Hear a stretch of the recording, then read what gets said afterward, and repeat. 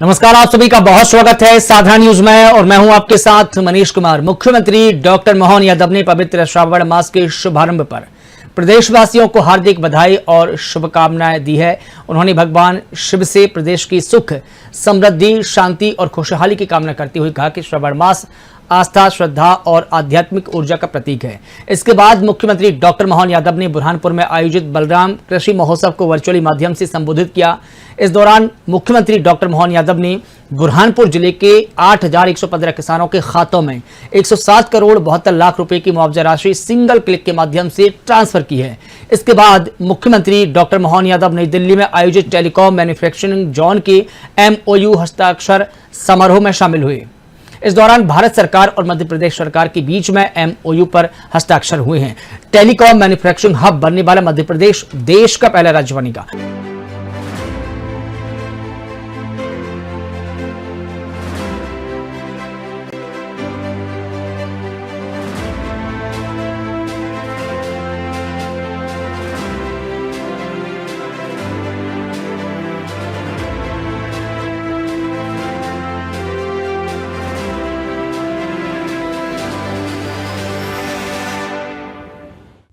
मुख्यमंत्री डॉक्टर मोहन यादव ने पवित्र श्रावण मास के शुभारंभ पर सभी प्रदेशवासियों को हार्दिक बधाई एवं शुभकामनाएं दी। मुख्यमंत्री डॉक्टर मोहन यादव ने कहा कि श्रावण मास में कांवड़ यात्रियों और श्रद्धालुओं की सुविधा और सुरक्षा हमारी सर्वोच्च प्राथमिकता है। इसे ध्यान में रखते हुए महाकालेश्वर, ओंकारेश्वर, अमरकंटक समेत प्रदेश के सभी प्रमुख धार्मिक स्थलों पर दर्शन, पार्किंग, यातायात, पेयजल और स्वास्थ्य एवं अन्य आवश्यक सुविधाओं का विस्तार किया जा रहा है। पुलिस और प्रशासन के प्रभावी समन्वय से विशेष व्यवस्थाएं सुनिश्चित की गई हैं ताकि प्रत्येक श्रद्धालु सुगम और श्रद्धापूर्वक वातावरण में भगवान के दर्शन पूजन का पुण्य लाभ अर्जित कर सके। आज से श्रावण मास चालू हो रहा है। मेरी अपनी ओर से प्रदेशवासियों को, देशवासियों को, उज्जैन वासियों को सबको बहुत बहुत बधाई। निश्चित रूप से ये हमारे लिए बहुत पवित्र माह है, जिस महीने हम अपने बाबा भोलेनाथ की आराधना का पर्व मनाते हुए उनको पूरा महीना समर्पित करते हैं। ऐसे में मैं प्रदेश भर के सभी तीर्थ स्थानों पर प्रशासन के माध्यम से मैंने आह्वान किया है कि हर जगह हमारे यात्रियों को कोई कष्ट न हो, उनकी सुविधाओं का प्रॉपर ध्यान रखा जाए। जहाँ कांवड़िया आते जाते हैं वहाँ मार्ग में उनके लिए प्रबंधन करने के लिए यथायोग्य प्रकार से शासन और सरकार के साथ समाज भी बहुत सारे प्रकार की चिंता करता है। कांवड़ यात्रियों के लिए सब प्रकार की व्यवस्था करने के लिए जितना बन सके हम हर जगह प्रबंधन कर रहे हैं। खासकर ओंकारेश्वर और महाकालेश्वर में बड़ी संख्या में कांवड़ यात्री आते हैं। ऐसे में उनके आने जाने के मार्ग पर भी सभी प्रकार के प्रबंधन करने के निर्देश अपनी सरकार ने जारी किए। इसी के साथ ओंकारेश्वर के साथ ही साथ अमरकंटक पे भी छत्तीसगढ़ और मध्य प्रदेश की काफ़ी बड़ी संख्या में हमारे यात्री वहाँ भी आते जाते हैं। मैं उम्मीद करूँगा कि दर्शन की व्यवस्था, पार्किंग की व्यवस्था, प्रबंधन, कुछ रास्ते में जलपान या अन्य प्रकार के प्रबंधन करने के लिए भी सरकार तालमेल कर रही है। इसमें उज्जैन की तरफ महाकाल मंदिर समिति को भी मैंने कहा कि पर्याप्त रूप से जिनको फलाहार लगता है या इस प्रकार के प्रबंध लगते हैं हमारी व्यवस्था रहना चाहिए। जलपान की व्यवस्था भी होना चाहिए। ऐसे इंदौर प्रशासन से भी कहा है, वो भी प्रबंधन कर रहे हैं। मैं अपने सभी श्रद्धालुओं से अपील करना चाहूँगा कि बारिश का समय है, इसलिए आवश्यक कपड़े भी लेकर के आए, आवश्यक सावधानी लेकर भी आए और छोटे बच्चों का विशेष ध्यान रखें। हम प्रबंधन तो सारा कर रहे हैं, लेकिन बड़ी संख्या में आने के कारण से कुछ चीज़ों में हम और आवश्यक सावधानी की अपेक्षा भी हमारे सभी धर्मालु श्रद्धालु से कर रहे हैं। और जैसा आप जानते हैं कि श्रावण भादव के महीने, ये 2 महीने अद्भुत होते हैं। ऐसे में हमारी सभी प्रकार की सवारियां निकलने लग जाती है। ऐसे में बाबा महाकाल की सवारी भी 3 अगस्त लगा करके ये सितंबर तक जाने वाली है। और ऐसे अलग अलग स्थान पे अलग अलग प्रकार की देवस्थान की सवारियों के लिए भी हमने जो जैसे ओंकारेश्वर, महाकालेश्वर, पशुपतिनाथ ऐसे देवस्थानों पर जहाँ शासन की व्यवस्थाओं के बलबूते पर हमारे पुलिस बैंड और बाकी प्रबंधन की हमने व्यवस्था की है। मैं उम्मीद करूंगा कि उत्साह के साथ इन सारी चीज़ों में हम समन्वय भी प्रशासन के साथ सब लोग करें। खास करके माता बहनों के लिए भी और पूरे परिवार के लिए गणेश चतुर्थी, अनंत चौदस, हरतालिका तीज जन्माष्टमी, सारे पर्व इसी 2 माह के बीच पड़ते हैं। इनके बाद नवरात्रि और श्राद्ध के साथ हमारा अगला दशहरा दिवाली का पर्व चालू होगा। तब तक वर्षा काल समाप्त हो जाएगा, लेकिन वर्षा काल के अंदर अल नीनो का प्रभाव भी दिख रहा है।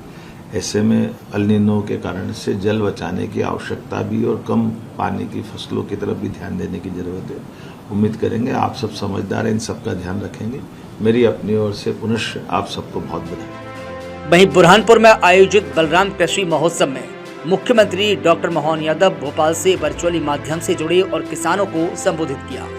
इस दौरान मुख्यमंत्री डॉक्टर मोहन यादव ने बुरहानपुर जिले की 8,115 किसानों के खातों में 107 करोड़ 72 लाख रुपए की मुआवजा राशि सिंगल क्लिक के माध्यम से ट्रांसफर की। यह राशि प्राकृतिक आपदा से खराब हुई केला फसल के नुकसान की भरपाई के लिए दी गई है। जिले में 29, 30 और 1 जून की सुबह तेज हवा और आंधी के कारण केला फसल को भारी नुकसान पहुंचा था। कुल 8,963 हेक्टेयर क्षेत्र में लगी केला फसल इस प्राकृतिक आपदा से तबाह की हो गई थी। बलराम कृषि महोत्सव के दौरान किसानों को आधुनिक कृषि तकनीकों, गुणवत्तायुक्त बीज, जैविक खेती, प्राकृतिक संसाधन संरक्षण, फसल पोषण प्रबंधन तथा नवीन कृषि नवाचारों की विस्तृत जानकारियां दी गई। कृषि वैज्ञानिकों ने किसानों का मार्गदर्शन किया तथा उनकी जिज्ञासाओं का समाधान किया।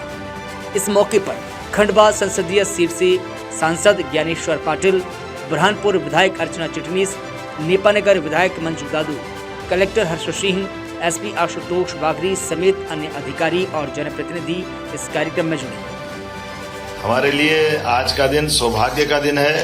ताप्ती मैया के आशीर्वाद से मैं बुरहानपुर की इस धरती पर हमारे सभी मेहनती किसान भाई बहनों के लिए अपनी ओर से बधाई देता हूं, शुभकामना देता हूं।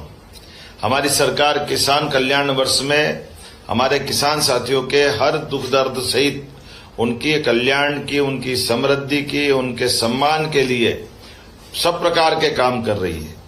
और ये बात भी सही कि भले ही मैं तकनीक के माध्यम से आपसे जुड़ रहा हूं, लेकिन मेरे हृदय से और मेरे मन से मैं आपके बीच ही में बात कर रहा हूं। ऐसा लग रहा है सामने बैठकर आपके बीच में भाषण दे रहा हूं। इस आयोजन में सेवा और सुविधाओं के माध्यम से सरकार सारी व्यवस्था जुटा रही है।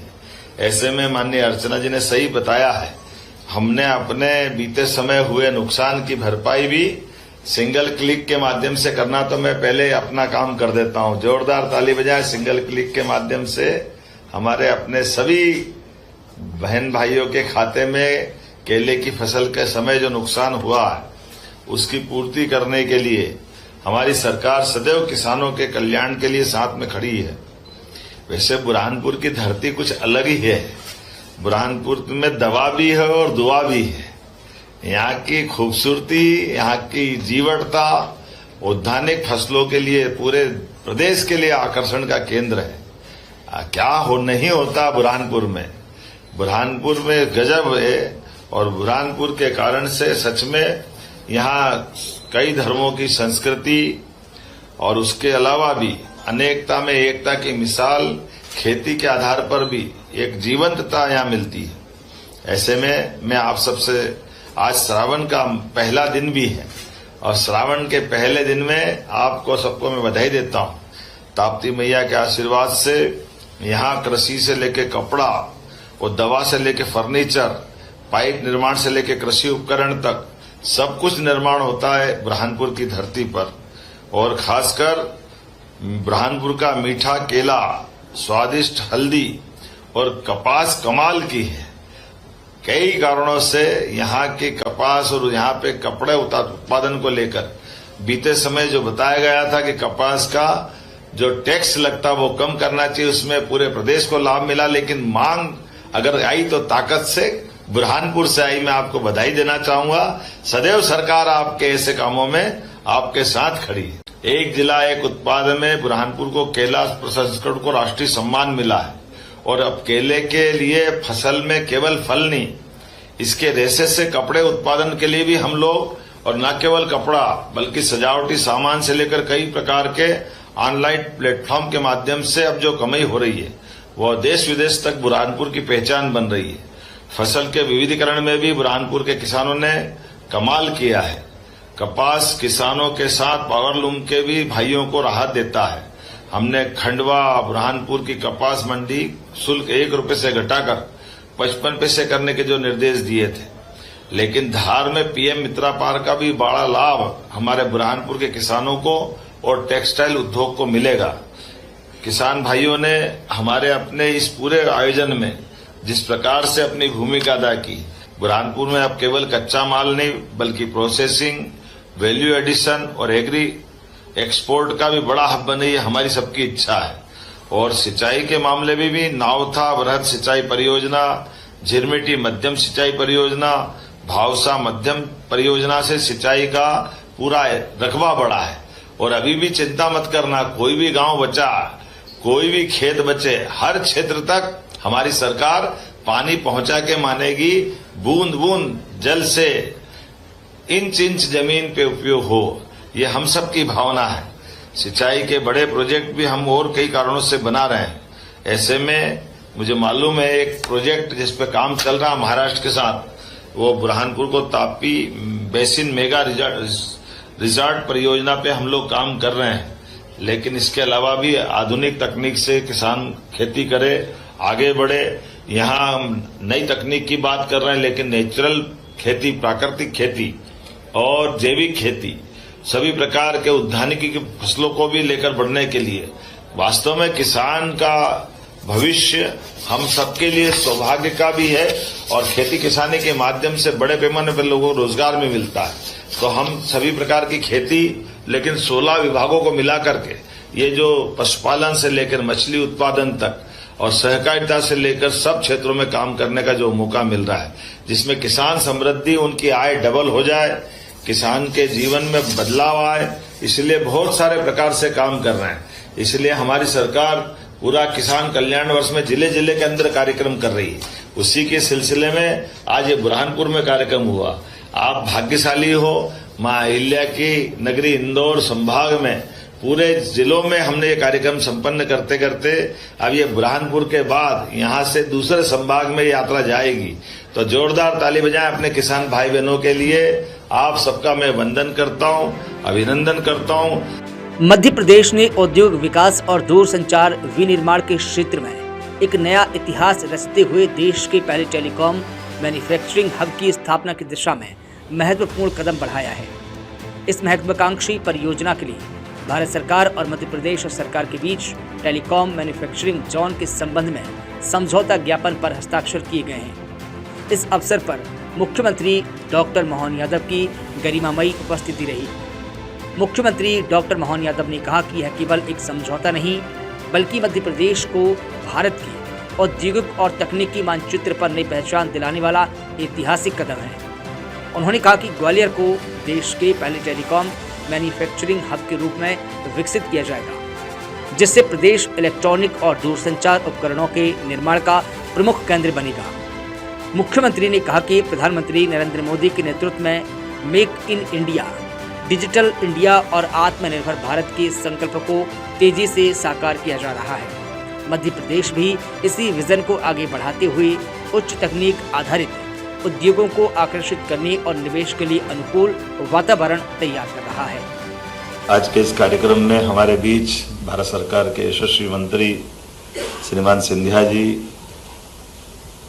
सहयोगी मंत्री श्रीमान चंद्रशेखर जी, नीरज जी, अमित जी, मिश्रा जी और इस अवसर पर सुनामधन्य अलग अलग विभाग के अधिकारीगण और समस्त आगंतुक अतिथिगण, आज सिंधिया जी की मौजूदगी में भारत सरकार के साथ मध्य प्रदेश सरकार राज्य और केंद्र के एक नए मुकाम की तरफ कदम बढ़ा रहे हैं। मैं बधाई देना चाहूँगा माननीय सिंधिया जी को। आपके माध्यम से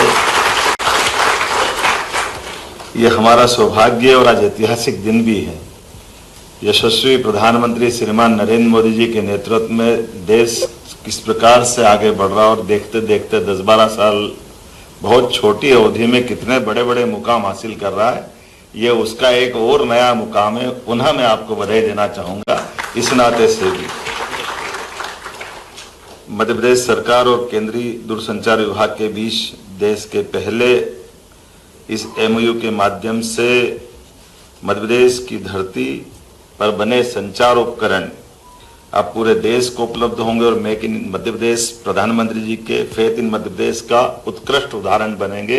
ये हमारे लिए भी सौभाग्य की बात होगी और भारत सरकार के लिए भी बड़ा अवसर देगा। इस गौरवशाली क्षण के लिए मैं पुनः मध्य प्रदेश की ओर बढ़ते हुए दुनिया की निगाह और देश की निगाह का विश्वास कायम रखने के लिए मैं अपने अधिकारियों को भी बधाई देना चाहूँगा, जिनकी हिम्मत के साथ हम ये सारे मुकाम पर आगे बढ़ पा रहे हैं।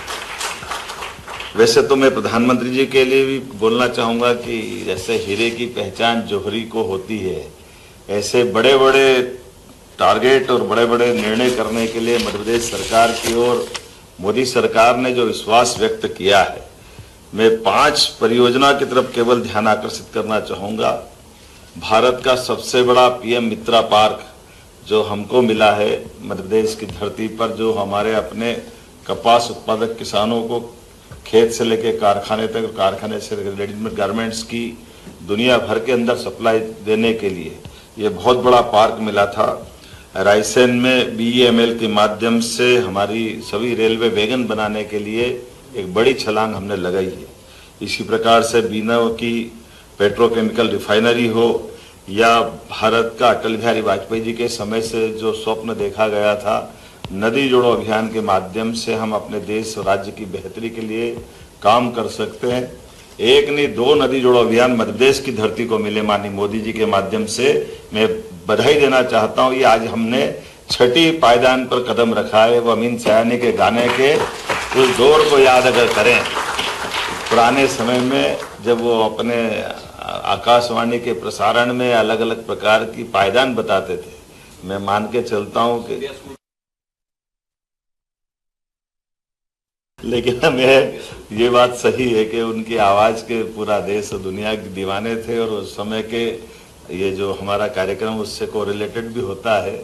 हमारे अपने बीच आकाशवाणी के उस प्रसारण में उस दौर के नए गानों को लेकर के फिल्मों के दौर के बीच अपने बीच खनकती हुई आवाज और उसके बताने के तरीके, आवाज के उतार चढ़ाव के जो प्रयोग उनने किए थे, किसी भी अनाउंसर का वो सबसे अलग प्रकार का उनकी आवाज के माध्यम से हमारे बीच में वो दौर वापस आए, परमात्मा करे। लेकिन मध्य प्रदेश आज आपके साथ खड़ा होकर के अपने आप को गौरवान्वित महसूस कर रहा। ग्वालियर की धरती पर ये नया प्रकार का आज के इस MOU से संकल्प होगा, जिसके कारण से सच कहूँ तो ये ग्वालियर की बात कर रहा हूँ तो मध्य प्रदेश के साथ आपका और मेरा जिस प्रकार से ग्वालियर के अंदर ये नया निर्णय आ रहा है, सिंधिया घराने के जमाने से ग्वालियर हमारे देश के एक अलग प्रकार की गौरवशाली अतीत को अपने हृदय में समेटे हुए है। ऐसे में दिल्ली के पास एक नया मुकाम वास्तव में सच में बहुत लंबी छलांग लगाने जैसा होगा। आज Bharat digital infrastructure, electronics, technology ऐसे कई क्षेत्रों में कीर्तिमान बना रहा है। ऐसे में MOU हमारे टेलीकॉम उपकरण निर्माण, अनुसंधान, नवाचार, वैश्विक सप्लाई चेन की बनने की दिशा में बहुत महत्वपूर्ण पहल होगी। माननीय प्रधानमंत्री जी के माध्यम से हमने कई प्रकार से देश और भारत को बढ़ते देखा है। साथ ही आज के समय में टेलीकॉम डिजिटल अर्थव्यवस्था के आधार पर स्मार्ट विनिर्माण, आर्टिफिशियल इंटेलिजेंस, इंडस्ट्री ऐसे कई सारे क्षेत्र में खासकर रक्षा, स्वास्थ्य, शिक्षा और सुशासन की आधारशिला बन चुके हैं। 5G, 6G, optical fibre, networking, hardware, cyber सुरक्षा, internet of things, artificial intelligence आधारित संचार तकनीकों को और सबका ध्यान आकर्षित हो रहा है। ऐसे में मध्य प्रदेश को टेलीकॉम मैन्युफैक्चरिंग जोन की सौगात मिलना ये सोने पे सुहागा जैसा है। मैं पुनः बधाई देना चाहूँगा आप सबके माध्यम से। इस मंच पर टेलीकॉम और इलेक्ट्रॉनिक सेक्टर के प्रतिनिधि, निवेशक भी मौजूद है। मैं मध्य प्रदेश में बनने वाले इस देश के पहले टेलीकॉम मैन्युफैक्चरिंग जोन में निवेश के लिए आपको आमंत्रित करता हूं और आश्वस्त करता हूं कि भारत सरकार के माध्यम से हमारी सरकार ने जो MOU किया है, जो देश में नहीं मिलेगा वो मध्य प्रदेश में मिलेगा, ये मैं पक्का आश्वासन देना चाहता हूँ। यहाँ का ecosystem based investment friends policy हमारे लिए तो आज स्किल और स्पीड के लिए मध्य प्रदेश इंडस्ट्री के क्षेत्र में एक अलग प्रकार से जाना जा रहा है। उसकी एक साख भी बनी, एक धाक भी बनी। और वैसे तो मध्य प्रदेश की धरती पर शौर्य, कला, संगीत, ऐसे कई कारणों से अतीत के काल से इसके कई सारे गौरवशाली पृष्ठ हैं। लेकिन उसमें जैसे पूरे प्रदेश की ओर देखते तो उसमें कोहिनूर की हीरे की तरह ग्वालियर का भी महत्व मैं बधाई देना चाहूँगा। ग्वालियर के हमारे अंचल में यहाँ हम अपने 170 एकड़ के प्लग एंड प्ले मोड पर बनने वाले टेलीकॉम मैन्युफैक्चरिंग जोन का देश का पहला इंटीग्रेटेड टेलीकॉम टेक्नोलॉजी इकोसिस्टम बनाने जा रहे हैं। आज तो मैं टेलीकॉम कंपनियों के उनके भविष्य के संकल्प लेने के लिए ही प्रेरित कर रहा हूँ, लेकिन इस परियोजना का जो स्वरूप बनता दिखाई दे रहा है वो एक ही स्थान पर डिजाइन से डेवलपमेंट तक, मैन्युफैक्चरिंग से टेस्टिंग तक और सर्टिफिकेशन से एक्सपोर्ट तक ये पूरी वैल्यू चेन बनने का भविष्य का एक नया मुकाम ये बनेगा। यहाँ 5G, 6G नेटवर्क उपकरण, ऑप्टिकल फाइबर उपकरण, सेमीकंडक्टर से जुड़े उत्पाद, internet of things device, networking उपकरण, इलेक्ट्रॉनिक हार्डवेयर, जो आप सोच सकते हो वो सब वहाँ मिलने वाला है। इस आधार पर भविष्य की दृष्टि से MSME, startup, component manufacturer, engineering सेवाएं, लॉजिस्टिक, वेयरहाउसिंग, तकनीकी संस्थानों के साथ उत्तर भारत का ये हमारे लिए सौभाग्य की बात है। चंद्रशेखर जी बैठे हैं कि केवल दक्षिण भारत नहीं, मध्य प्रदेश भी अब आपके साथ वहाँ खड़ा है जहाँ उसकी जरूरत होना चाहिए। आज के इस अवसर पर मैं अपने पुनः इस अच्छे कार्यक्रम के लिए बधाई देना चाहूँगा और हम सब उम्मीद करेंगे कि इस MOU के बाद जब हम बहुत जल्दी भूमि पूजन की तरफ बढ़ेंगे और उम्मीद करेंगे जैसा कि मोदी जी के स्लोगन में होता है कि हम अपने हाथों से होने वाले भूमि पूजन का निश्चित समय अवधि के पहले ही लोकार्पण होते देखेंगे। आइए हम सब एक अच्छे मुकाम की तरफ चलें। बहुत बहुत धन्यवाद।